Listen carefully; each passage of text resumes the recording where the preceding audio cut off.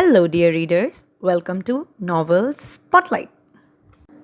This is an audiobook of the novel The Midnight Library by Matt Haig.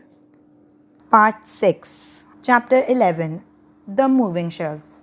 It was possible that the shelves were moving at all, but the books were, and it wasn't obvious why or even how.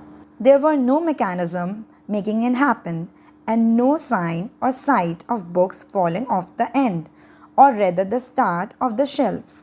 The books slid by at varying degrees of slowness, depending on the shelves they were on, but none moved fast. What's happening?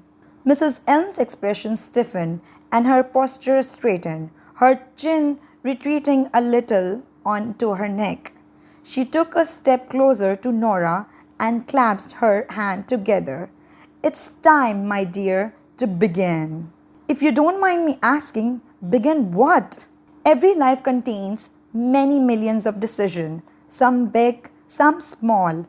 But every time one decision is taken over another, the outcomes differ. An irreversible variation occurs, which in turn leads to different variations. These books are portal to all the lives you could be living. What? You have as many lives as you have possibilities. There are lives where you make different choices, and those choices lead to different outcomes. If you have done just one thing differently, you would have a different life story. And they all exist in the Midnight Library. They all as real as this life. Parallel lives? Not always parallel. Some of them are perpendicular. So, do you want to live a life you could be living? Do you want to do something differently? Is there anything you wish to change? Did you do anything wrong? That was an easy one. Yes, absolutely everything. The answer seems to tickle the librarian's nose. Mrs. Elm quickly rummaged from the tissue paper that was stuffed up the inside sleeve of her polar neck. She brought it quickly to her face and sneezed into it. Bless you, said Nora, watching as the tissue paper disappeared from the librarian's hand the moment she had finished using it, though some strange and hygiene magic. Don't worry, tissues are like lives. There are always more. Mrs. Elm returned to her train of thoughts. Doing one thing differently is often the same as doing everything differently. Action can't be reversed within a lifetime, however much we try. But you are no longer within a lifetime. You have popped outside. There is your opportunity, Nora, to see how things could be. This can't be real, Nora thought to herself. Mrs. Elm seems to know what she was thinking. Oh, it's real, Nora said, but it's not quite reality as you understand it. For want of a better word, it's in between. It is not life, it is not dead. It is not the real world in conventional sense, but nor is it a dream. It isn't one thing or another. It is, in short, the Midnight Library. The slow-moving shelves came to halt. Nora noticed that on one of the shelves to her right, at shoulder height, there was a large gap. All the other areas of the shelf around her had the books tightly pressed, side by side. But here, lying flat on the thin white shelf, there was only one book. And this book wasn't green like others. It was grey as the stone of the front of the building when she had seen it through the mist. Mrs. Elm took the book from the shelf and handed it to Nora. She had a slight look of anticipatory pride, as if she had handed her a Christmas present. It had seemed light when Mrs. Elm was holding it, but it was far heavier than it looked. Nora went to open it. Mrs. Elm shook her head. You always have to wait for me. Say so. Why? Every book in here, every book in this entire library, except one, is a version of your life. This library is yours. It is here for you. You see, everyone's life could have ended up in an infinite number of ways. These books on the shelves are your life, all starting from the same point in time, right now, midnight, Tuesday, the 28th of April. But these midnight possibilities aren't the same.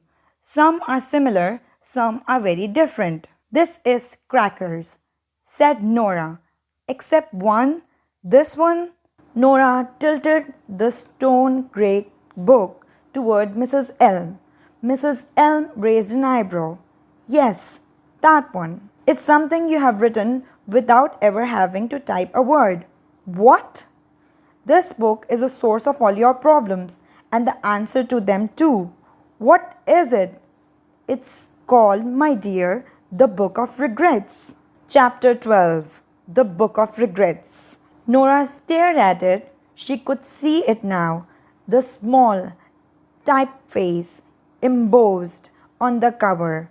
The Book of Regrets. Every regret you have ever had since the day you were born is recorded in here, Mrs. Elm said, tapping her finger on the cover. I now give you permission to open it. As the book was so heavy, Nora sat down cross-legged on the stone floor to do so. She began to skim through it. The book was divided into chapters, chronologically arranged around the years of her life, 0, 1, 2, 3, all the way up to 35.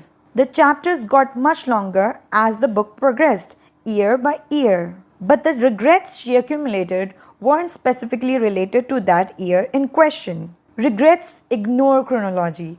They float around. The sequence of these lists changes all the time, right? Yes, that makes sense, I suppose. She quickly realized they ranged from the minor and quotidian, I regret not doing any exercise today, to the substantial, I regret not telling my father I loved him before he died. There were continual background regrets, which repeated on multiple pages. I regret not staying in the labyrinth because I let down my brother. I regret not staying in the labyrinth because I let down myself. I regret not doing more for the environment. I regret the time I spent on social media. I regret not going to Australia with Izzy. I regret not having more fun when I was younger. I regret all those arguments with Dad. I regret not working with animals. I regret not doing geology at university instead of philosophy. I regret not learning how to be a happier person. I regret feeling so much guilt. I regret not sticking at Spanish. I regret not choosing science subject in my A levels. I regret not becoming a glaciologist. I regret not getting married. I regret not applying to do a master's degree in philosophy at Cambridge. I regret not keeping healthy. I regret moving to London. I regret not going to Paris to teach English. I regret not finishing the novel I started at university. I regret moving out of London. I regret having a job with no prospects.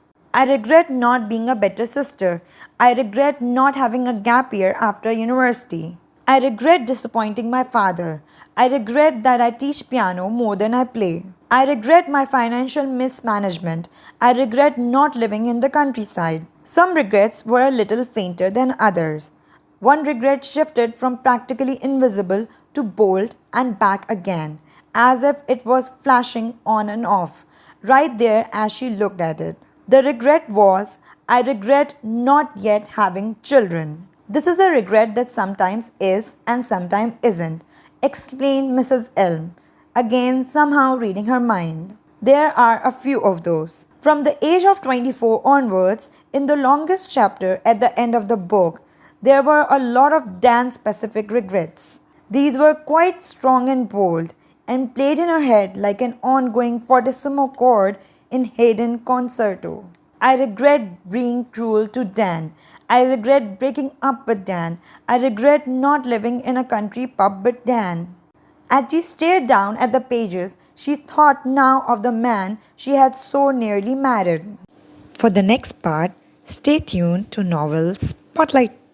And please like, share, and subscribe.